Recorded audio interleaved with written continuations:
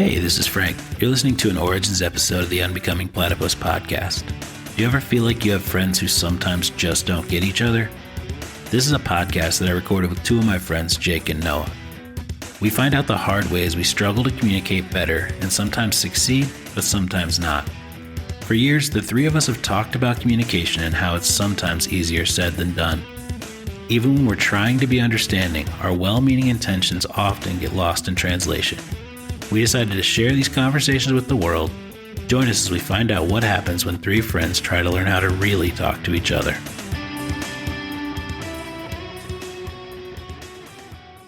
Wait, what's the point of the headphones? Oh, to hear yourself. Yeah, I mean, I guess it's so you can hear yourself so that you know that the green LEDs mean you're hearable or something. Yeah, even though yours aren't green. Mine are green.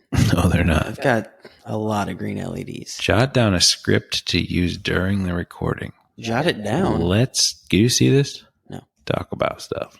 You don't see it? I don't, but I heard what you said, so I think we can do it. Cool. Let's talk about stuff. Hey, Frank, welcome to the Unbecoming Platypus Duo Edition. We're a dynamic duo. We are a duet of sorts. Let's not duo a do-over. Okay, I'm fine with not doing a do-over. Duo and a do-over. Duo, the little owl from Duolingo? No, that guy sucks. Really? Why do you feel like Duo sucks? Most people think he's adorable. Nah, he's not. You mean the little owl that's like, you could freeze your streak and all it costs is $9. Yeah. The little owl who simultaneously tells me... See? Who? The little owl? The one.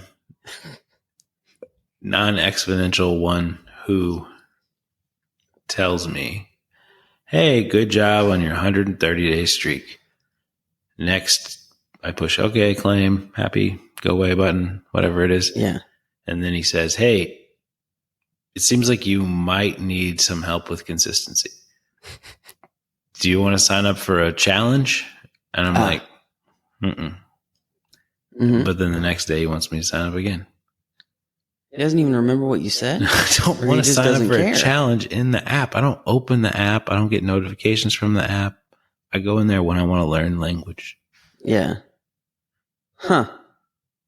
I think this is the old Charlie problem. Compliment sandwich. You know, it's sort of like, hey, you're doing a great job. There is one thing that we might be able to tweak if you want to do better. Yeah.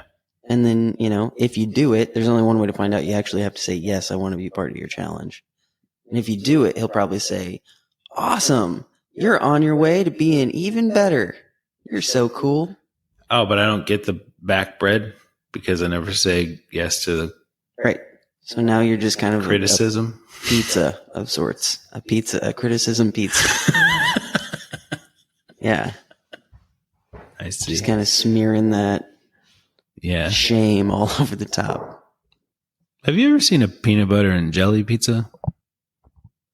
I did just now in my head. Why doesn't anyone make that, you know? I don't know. It's funny, though. I mean, I said that your coffee was very peanut buttery this morning, and when I ground up the beans for this cup that I'm drinking right now, I thought, that doesn't just smell like peanut butter. That smells like peanut butter and jelly. Yeah. It's because Americans are addicted to peanut butter. Is that statistically. Right? Oh. I don't know. Noah said that, I think. Oh, I mean, it's probably true. And then... He said he read it on CNN. Nutella came around and did their thing. And Justin, he's all about spreading his butter. Spread joy. Yeah, Justin's nut butter. Yeah, that's right. What's the number one selling peanut butter in the U.S.? Jif? Have you noticed the number one selling every food product is the one that was on TV a lot when we were kids? Nope. That's not something I've noticed. Can you name another one? Oreo? Reese's? Oh, sure. Yeah. It's because they hook you when you're young, and then they keep you when you're old. DiGiorno? It's not delivery. I would guess it's Grey Poupon. That's the top grossing It's gotta be. Dijon mustard. It's got to be. I mean, yeah, Papa John's, they're still going strong. They haven't rested on their laurels yet. Yeah, they don't publish. Addicted to peanut butter, huh? They don't publish their sales numbers on Dijon mustard, apparently. Really? Are they not a public company? Oh, I mean, I think Kraft is. I don't know who owns Grey Poupon. I trade in mustard. But I don't know if they go down to that level. Sort of a mustard monger, if you will. I trade mustard for mustard. Yeah, they are owned by Kraft. I figured that. Yeah. Nabisco, probably.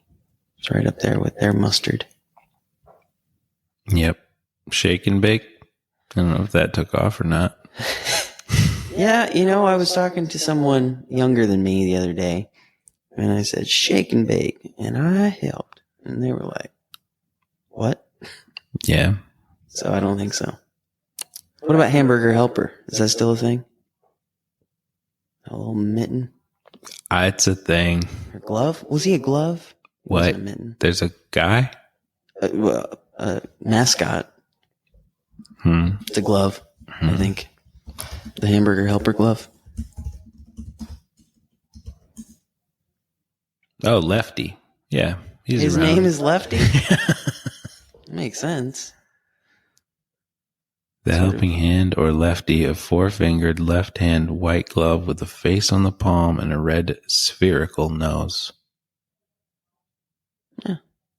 Is it really spherical or is it more of an ellipse? No, it seems it's got 3D to it. Okay, gotcha. Well, this has been an elucidating chat. Has it? Yeah, you really shined a light and illuminated the darkness. Yeah. Unprocessed food. What is Daddy's? I'm sorry? The brown sauce product known as Daddy's sauce was launched in 1904. No. And ketchup was launched in 1930. Huh. How about that? I don't know. This is a strange. I bet there's ketchup that's actually been launched at this point. That sounds like something that's happened. Like somebody was like, yeah, Heinz paid $100 million to put their ketchup in space. Oh, I'm sure. There's a Tesla up there. Yeah. I mean, why wouldn't there be? Bagel bites? Bagel bites? Bagel bites? Does it do anything for you? Yeah. You like bagel bites? No, I wouldn't say I like them, but the jingle's in my head. Yeah. If you're lucky, you just might. If you're lucky. I don't know that Eminem song enough. Oh, the spaghetti one? The blah blah's in my blah. If you're lucky, you might just give it a little kiss. Something. No, I don't know what you're talking about. That's okay, though. I'm fine with that. All right. Here's what I think we should do. Oh, yeah? Wait a second. Do you have something like this already? No? Okay. I mean, I was just going to be like, hey, Frank, what's your mind like? Go. That was your plan? Yeah. I don't know what my mind's like, man. You don't know what it's like? Not compared to anything else that's a mind. I know. And that's why I thought it would be an interesting conversation. Okay. Like, one of the things that I like the most about the Enneagram, and like specifically talking to Noah thinks very, very differently than I do. You think closer to the way that I think, just in terms of like processing and like point A to point B. A lot of the nodes are the same along the way.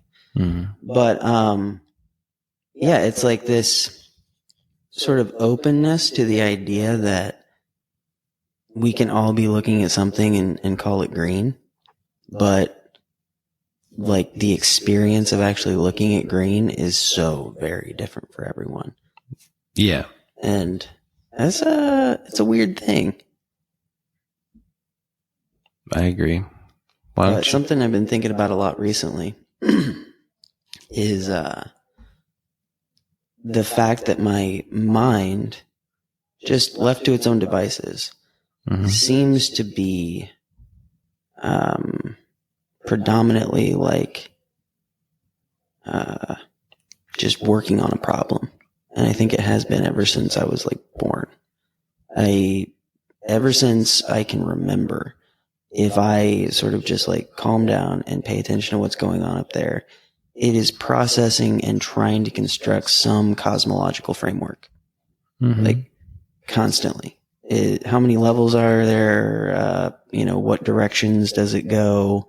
What, like, from an epistemological standpoint, what can I actually know? What will I never know? Like, these are the questions that are constantly going on up there. Yeah. Do you answer them? Yeah. I mean, not directly. It's not like an explicit question that has an explicit answer, but it's constant, data input, output, and, different pieces of information change. Yeah. What's being processed. I didn't know if, is there something like that for you? Like where just on autopilot, something is happening up there? No, but here's what it is. Anything I'd say isn't right. Sure. It's not even an approximate. It's just I'm making up something. Sure. So I don't have an answer. I would just have to make something up. What would the process of making it up look like? Well, I know it would be wrong because there are too many tentacles and I can't cover it all. All the things that happen. So I could be like, I really think about the whole world and how it, all the things work together constantly. So like systems interactions and things like that? Yeah, but also humans and emotions and nutrition and climate, environment, animals.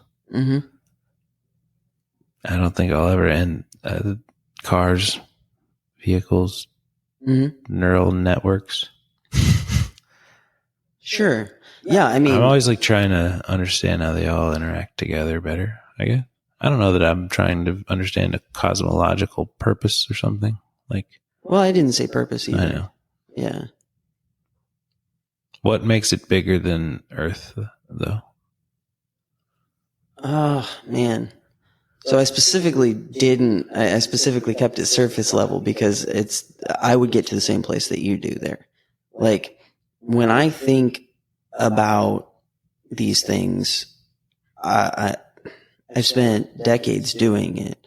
So like, I've taken myself to the conceptual end point where,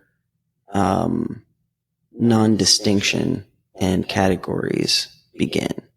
Like a complete and total lack of,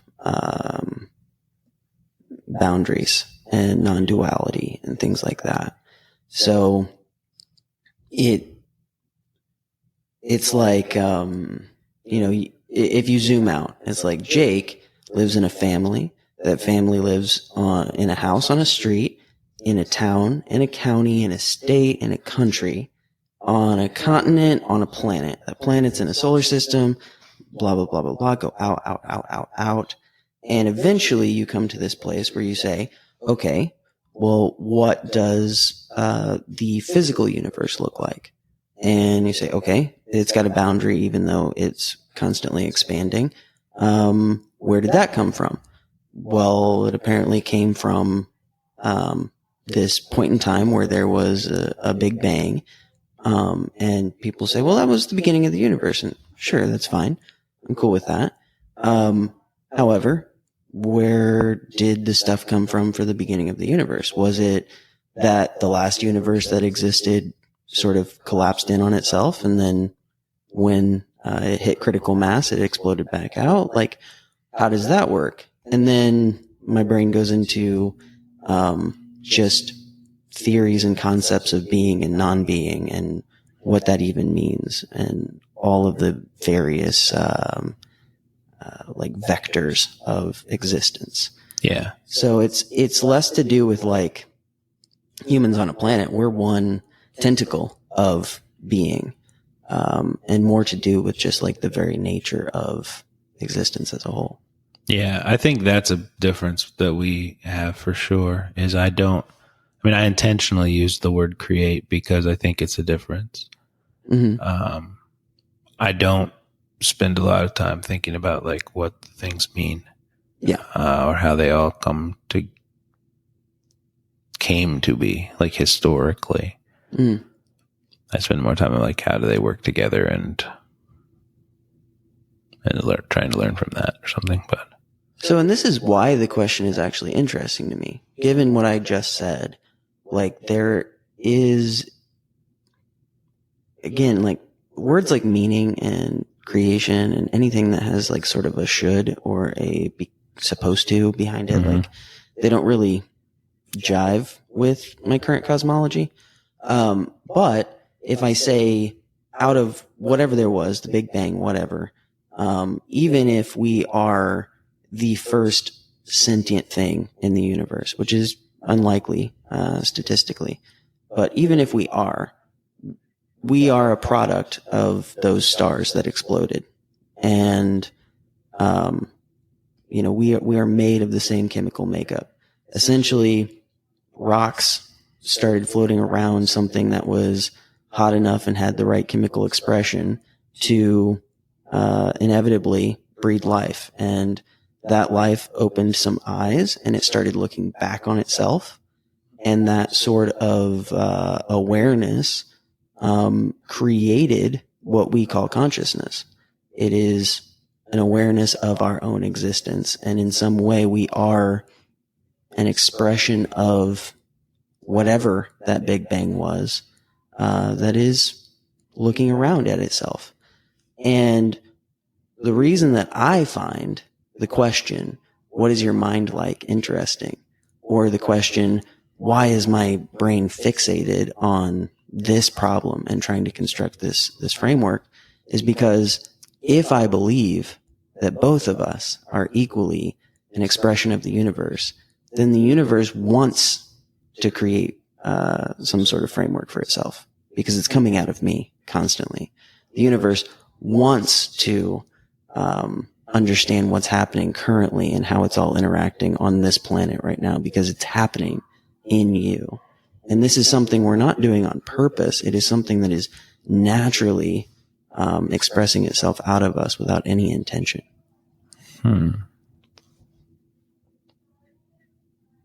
Like when you say, do what you think is cool, that's what I hear. I hear, well, this is happening. Like if I just went on autopilot and this thing called Jake just didn't have to worry about getting himself food or raising a family or whatever, this thing called Jake is trying to map the cosmos. That's interesting. Yeah. I think I had like logical error problems along the way on the journey you just went down, but it was big. Yeah. I also, one of them, the easiest to address is that just because some person expresses a thing doesn't mean the universe necessarily wants it. Well, I didn't say once either. That's another one of those shit words. It is that it is happening. And if it is happening, it is what the universe does. Because it is happening. It is its own proof. Oh, I thought you did say once, but it doesn't matter. Okay. So I did use the word once. I don't mean it in terms of an ego, though. It's not sort of an egoic intention. It is like saying, the grass wants to grow, or the tree's branches want to get to the sun. It's an anthropomorphization of something that is probably just naturally occurring, but it does seem to be reaching in this direction. Jake's consciousness. There seem to be things that humans specifically do. I also just want to put a footnote on another item first. Mm-hmm. We came from rocks and the critical mass universe unexploded seems to lack, for me, certainty. Okay. I also said it was a question. It's like, okay, like scientific observation is entirely based on observation itself. But we didn't observe that. But we didn't observe that. And there are things beyond which we are incapable of observing. I always call this the epistemology ontology gap. It is the difference between what is and what we can know is. There will always be that gap. It's sort of like the event horizon on a black hole, but conceptually, there is a point beyond which we cannot know. And that's exciting for me. For sure. But I don't know. That's what the Big Bang is. Like, to me, science saying, oh, there was a Big Bang and it created the universe. I'm like, okay, well, whatever. That's fine. And that's really cool that we can trace it back to that node in history. But there was something before that too.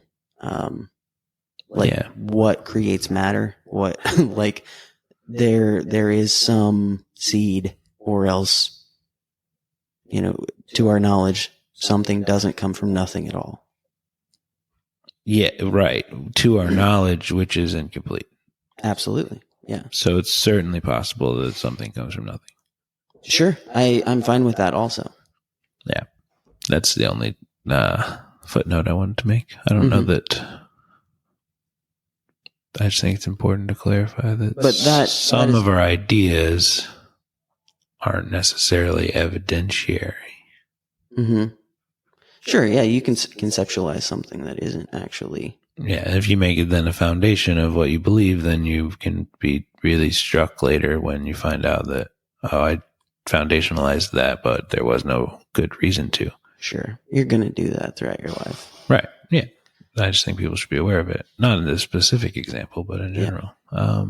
All right. So then back to my original second point, which is there seem to be people, specifically people, who do things that don't have a competitive advantage. They don't have competition is usually the reason violence exists, I think. Mm-hmm. But we have people who do violence for no competitive reason. Most of the other animals seem to only really do it for that. I need to take care of my family. It doesn't matter about their family. I'm going to take their bananas or whatever.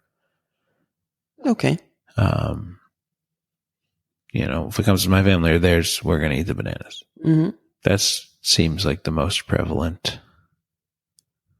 Yes, there are others. I don't know. I don't know all about all the animals and insects and all the things in the world, but I know there's some bug that will infiltrate ant colonies and then eat their eggs. But he's just trying to eat for himself. This is what I'm getting at. But I don't think they have like mass murderers for no good reason. Sure. So what do you think that is? That doesn't seem like universally directed want. I would disagree. I tend to, I would say that my cosmology is based on two general ideas.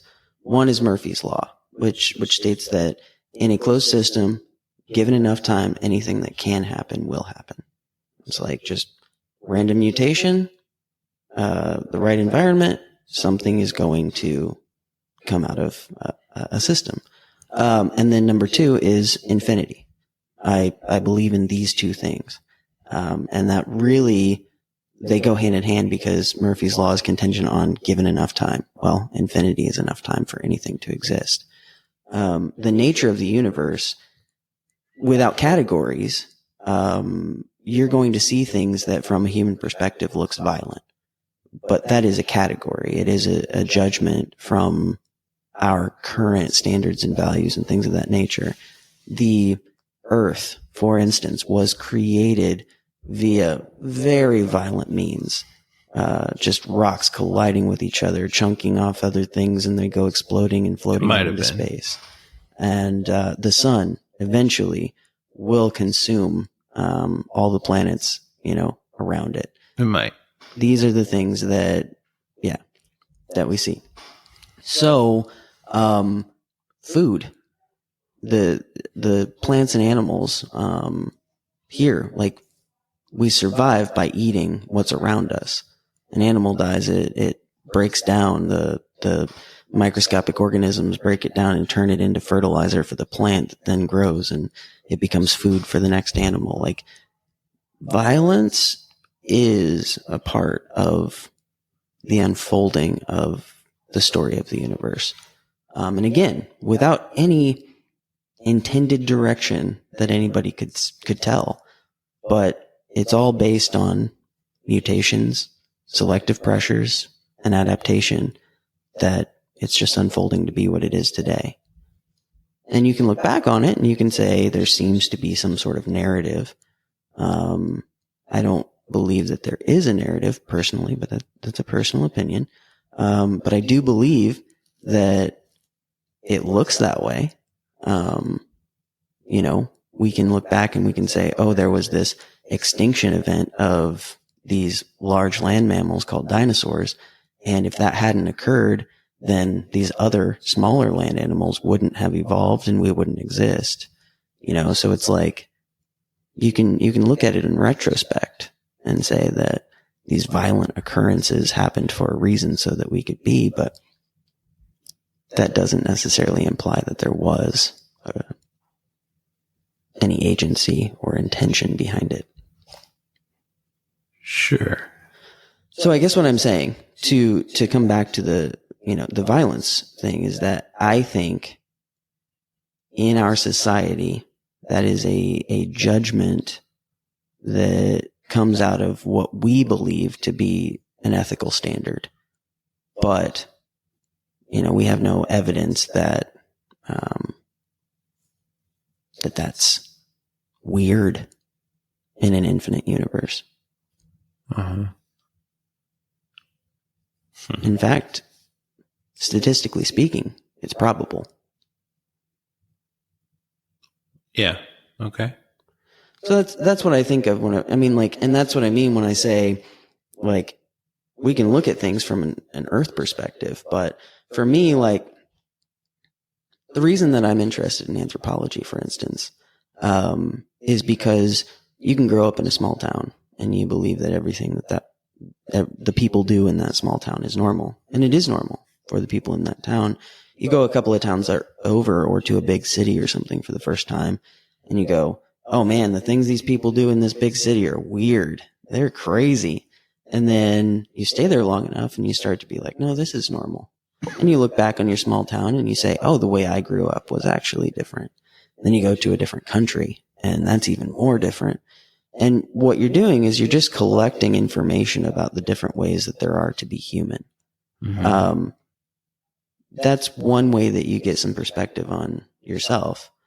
But additionally, you can do that from a sort of galactic or cosmological perspective. And you can say, well, actually, it's kind of weird for there to be a rock in this particular proximity to the sun. It's kind of weird for, carbon to grow eyes and lungs and things of that nature in terms of statistics across the universe. But we did that. So what does that mean about existence in general? It just means that it's something that the universe does. So I don't know if that helps at all, but if I take it, the long lineage of the universe unfolding through something called time, at some point it got to us. It got to you and me sitting here across a table, just existing. We've got our basic needs. We got to eat. We got to drink. We got to have some shelter. Mm-hmm. But for some reason, we're existing, and there are these things inside of us, these desires, these needs to either express or to internalize. And those are happening. What do you mean for some reason? I just mean it's happening. And it's not something that I'm trying to do. It's something that's happening in the background. Yeah, but it doesn't mean there's a reason. Yeah, you keep here. It's really hard to use human language that doesn't imply intentionality. I have zero here. All I'm saying is that this is like looking under a microscope and saying these microbes do this thing. We can try to interpret it all we want. It doesn't mean that we know the reason. I don't know the reason for me either, but I do find it fascinating. The more that we become aware of our internal mechanisms and the way that our minds work, to say, I didn't choose to have that thought, but it is an expression of what is existing right here on the surface of this planet right here in this moment. It could be. The thought could be, for sure. It could also not be. It could just be a thought. What else could it be? Exist? Thoughts exist. Just like flowers exist. Just like a rainbow exists. It's all happening. There does seem to be a direction, an intent that you're seeking. I don't know why anyone would look back at history to try to understand what's happening if they didn't expect something to be driving towards something. Let me go back to do what you think is cool. Yep. This is not me driving in a particular direction.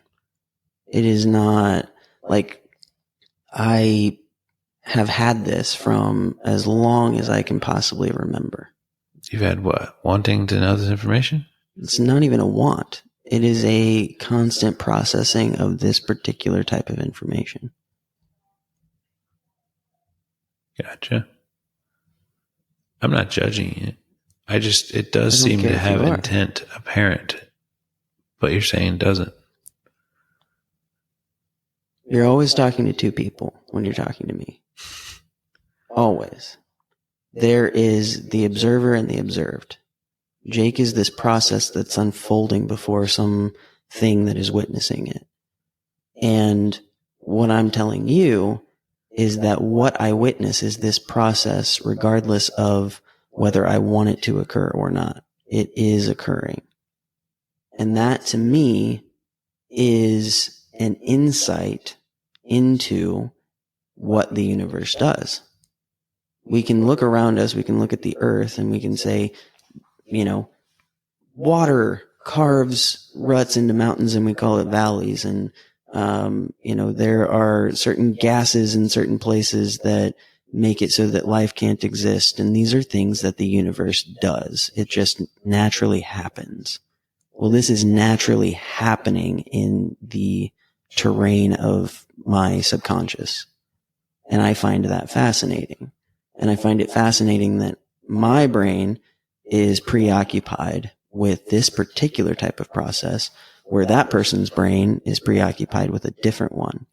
And I think it's fascinating to look in real time at the universe unfolding and trying to get a glimpse of itself. That's what it seems to be in some way. Mm-hmm. And it's not because it's supposed to. It's just what it's doing. Yeah, okay. I think so. The answer to your question about what my mind is doing is that I find the things people have done to have historically been so cool. Mm-hmm. Almost everything I look into, I'm like, oh, that's so cool. And so if there's something going on, I'm like, oh, there's a new thing that's so cool I don't know about. Let me find out about it. Mm-hmm. I guess it's like that. That's awesome. Yeah. This is how they build roads. This is how they build houses. This is how they created sewers, whatever. Yeah. Those kind of things have always been cool. Something like that, I guess. It doesn't involve big bangs or space, although I think people are going to do cool things in space that will interest me. Yeah. So that's the other thing is like, I like looking at space, but I don't know much about what's going on out there. See, I've read probably 20 books on like astrophysics and stuff like that. And I don't know why, I just find it fascinating. Yeah. And to me, though, this is another example of like the universe looking back on itself. It is, hey, you know, there are all these things out there, these rocks spinning in space. One of them grew eyeballs. And those eyeballs looked for long enough that they said, I think I want to travel to the next town over. Except the next town over was a rock that's floating in its orbit called the moon. Yeah. And it got out there and it was like, I'll bet we could go even further. Let's learn more and more and more. And like, who knows how far these eyeballs are going to travel? Right now we have plans to travel to Mars. After that, who knows? Does it become intergalactic? And the eyeballs start to map more and more of the physical universe. Yeah. For me, this is, you know, there's an analog to this. It's as if, and maybe this is happening, I don't know. It's as if something grew eyeballs on the nucleus of a cell in my skin. And, you know, currently it's like, hey, I wonder if I could get from this cell to the next cell. And then it, you know, goes over to that. And at some point it starts mapping my body out.